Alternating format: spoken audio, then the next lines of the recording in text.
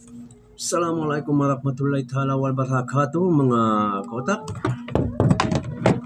Andito pa rin po ang ating balasyong mga kotak na customized balasyong.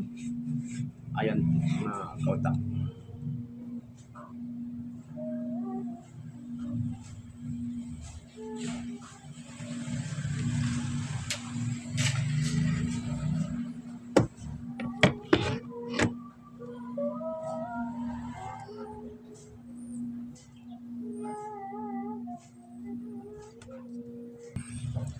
Ito po ay may 22 inches braidlin mga kautak. Braidlin lang po yun.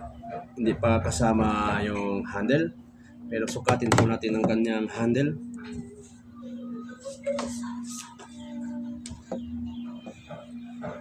Nasa 7 inches po ang handle. Tapos may 29 inches po siya.